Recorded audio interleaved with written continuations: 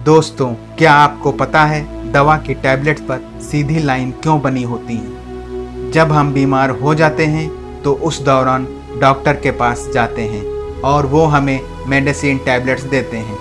हम सभी ने कभी न कभी मेडिसिन की टैबलेट्स को ज़रूर खाया होगा, लेकिन क्या कभी आपने गौर किया है कि कुछ टैबलेट्स के बीच में एक सीधी लाइन बनी होती है?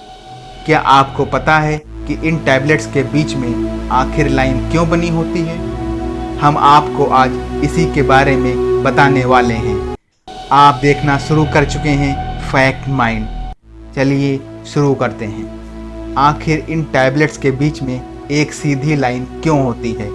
इसका आसान भाषा में जवाब है कि मेडिसिन टैबलेट्स को दो समान भागों में आसानी से तोड़ा जा सके, इसलिए इन टैबलेट के बीच में एक सीधी लाइन बनी होती है। अब आपके मन में यह सवाल आता होगा कि आखिर इन दवाइयों की टैबलेट को बीच से तोड़ने की क्या ज़रूरत है? क्या उसे हम डायरेक्ट नहीं खा सकते? दरअसल दवाइयों पर दी हुई इस सीधी लाइन को डिबूस्ड लाइन कहा जाता है।